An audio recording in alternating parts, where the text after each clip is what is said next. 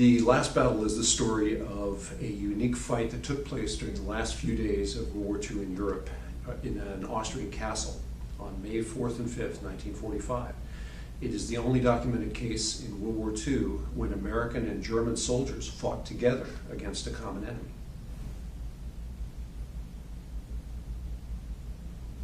I first learned about this story some 30 years ago when I was a staff historian at the U.S. Army Center of Military History in Washington, D.C.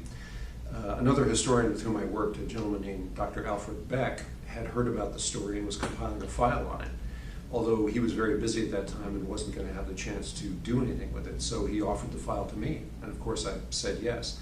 And then I immediately put the file away for 30 years because I had various jobs, I had a family, and then I brought it back out in 2004 and started working on it again. And then in 2008, Weider History Group's World War II magazine published an article based on the research I'd done. And then about 4 years later, I realized that it needed to be a book. So I went back, did more extensive research, and wrote the book.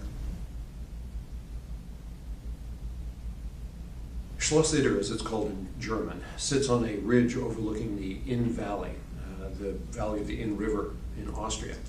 The first structure on that ridge was built in the 9th century, and it's been enlarged and fortified over the years. The castle has been variously a fortification, a private home, and a hotel. In 1943, the Nazis took it over to serve as what they called a special prison, to house what they termed honor prisoners. These were people of political value that they would hope to be using later as hostages or to exchange for high-level German prisoners. At Castle Itter, there were 14 French prisoners, 10 men and 4 women. Among the men were 2 former prime ministers, Paul Reynaud and Edward Daladier, General Maurice Gamelin and General Maxime Weygand, 2 former chiefs of staff of the French army. There was a very senior labor leader. There was a gentleman who, in the interwar period, had been probably the leader of the largest fascist party in France. And there were a couple of people who were only there because they were related to people who were in the Free French movement. Charles de Gaulle, for example, his sister was one of the prisoners. Castle Itter was not a concentration camp. It was not a work camp. It was actually a very nice place to be held if you had to be a prisoner. There were 3 square meals a day and all the wine these French folks could drink. The French prisoners at Castle Itter needed protecting because on May 4th, 1945, the German guard force that had been guarding them for the previous 3 years evaporated into the countryside because the Allies were advancing. At that point, you have to understand that Austria was still a very, very dangerous place. Although the war was virtually over, there were still many units, especially Waffen-SS units, that were resisting the advancing Allies.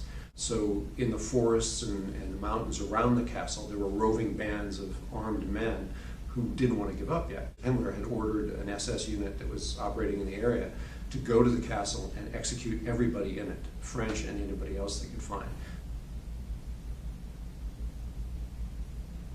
The Americans involved in the rescue mission to Castle Itter were from the 23rd Tank Battalion, which was part of the U.S. 12th Armored Division. The division and the battalion, as its lead unit, had struck south from Munich and had crossed the German-Austrian border at a town called Kufstein, which is 13 miles from the castle. The particular American involved was a first lieutenant named Jack Lee, John C. Lee, known to his men as Jack. He was the commander of Company B of the 23rd Tank Battalion. He and his men had stopped in this town of Kufstein because, like the rest of the American army, they thought the war was over and they were going to go into a defensive position. They were essentially in that defensive position when, on the afternoon of May 4th, they saw a German Kubelwagen, a military jeep, driving towards them and an officer in the back of it waving a big white flag. This gentleman, he was a major named Major Gangl, a Wehrmacht major, told Jack Lee about this nearby castle and about the French people who were being held in it, or who had been held in it, who were now in danger.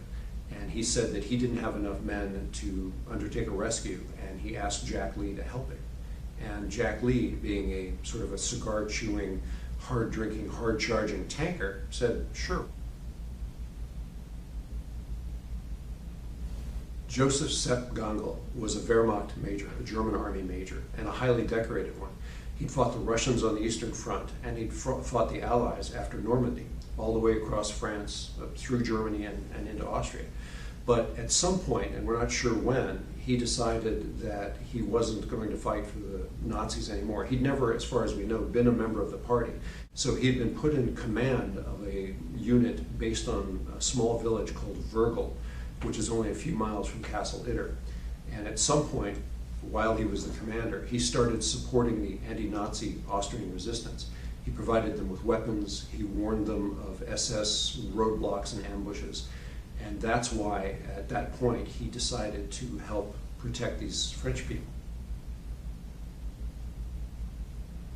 I think part of the reason we haven't heard this story before now is because it was actually a very small story on the last 2 days of a very large war. You have to remember that a lot was happening in Europe at that point. Hitler had been dead for several days. Germany was collapsing. The only way we really ended up hearing about this was that there was a young reporter and a photographer who went along with part of the rescue mission and later wrote about it.